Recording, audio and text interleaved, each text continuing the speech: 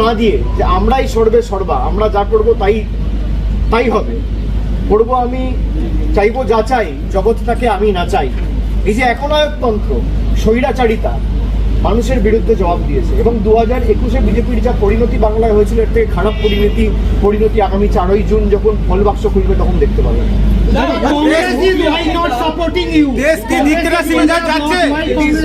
Congress's internal matter. How can I say? And I cannot even ask them what to do and what not to do. They know what is best in their interest, and they have every right to take their own decisions. দেশ কি ডিক্টেটরশিপের দিকে যাচ্ছে দাদা? করবে? আপনার কি মনে হয় বিজেপি সর্বভারতীয় স্তরে 200 পার করবে? আপনি প্রশ্ন করছেন মানে আপনি নিজেই বিশ্বাস করছেন না যে বিজেপি 200 পার করবে, না তো 400 করতে এতদিনে। বিজেপি তো সব জায়গায় বলছে আপনি বার 400 পার, আপনি বলছেন 200 পার করবে, তার মানে আপনারা নিজেরাই বিশ্বাস করছেন যে বিজেপি নিজে তাদের কর্মীদের কাছে যে টার্গেটটা সেট করেছে সেটাও একটা জুমলা।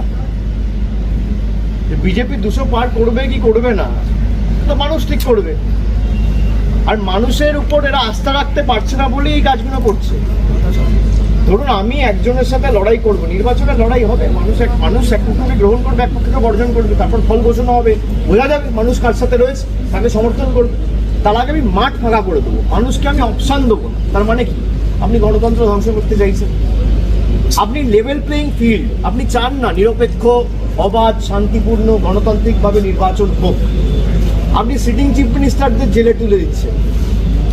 আপনি বলুন না, এসপি এনআইএ এর সাথে বৈঠক হওয়ার পর তৃণমূলের অঞ্চল সভাপতিদের বাড়িতে এনআইএ যাচ্ছে, আগে যাচ্ছে না কেন? আপনি রেড করুন, আমাদের কোনো অসুবিধা নেই। ভারতবর্ষের প্রধানমন্ত্রী বলছে ভ্রষ্টাচারিयों के खिलाफ मेरा लड़ाई है। আপনি শুরু করুন হিমন্ত বিশ্ব শর্মা, অজিত পাওয়ার আর শুভেন্দু অধিকারীকে দিয়ে।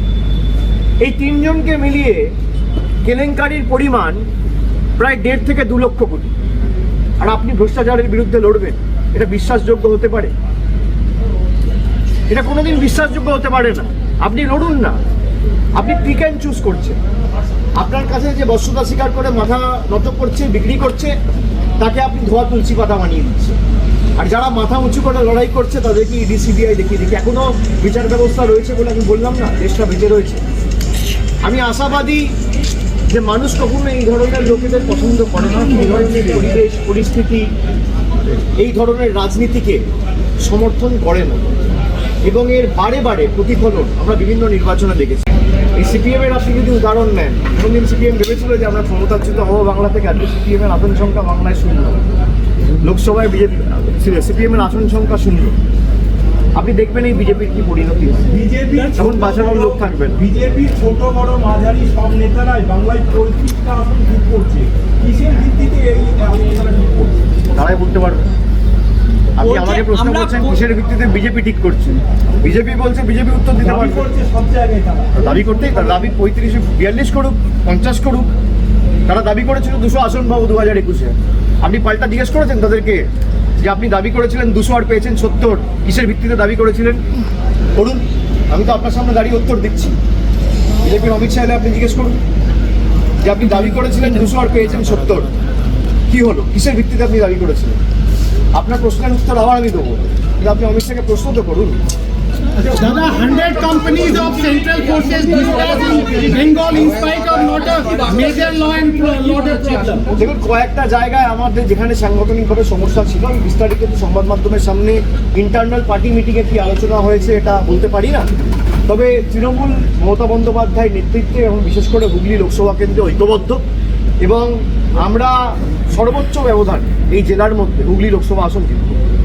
যিনি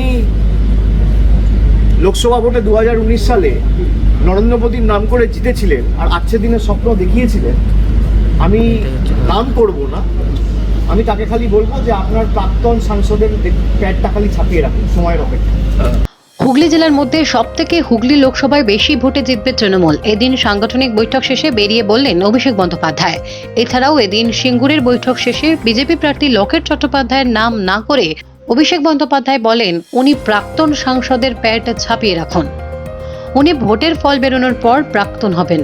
এছাড়াও আরও বলেন বিজেপি ভোটের আগে বিরোধীদের এজেন্সি দিয়ে ভয় দেখিয়ে আটকাতে চাইছে, কিন্তু মানুষ ভোটে জবাব দেবে। আর এনআইএ এজেন্সির বিরুদ্ধে তার সুপ্রিম কোর্টে যাব। কিছু বিচারপতি এখনো আছেন যাদের জন্য বিচার ব্যবস্থার প্রতি মানুষের ভরসা আছে।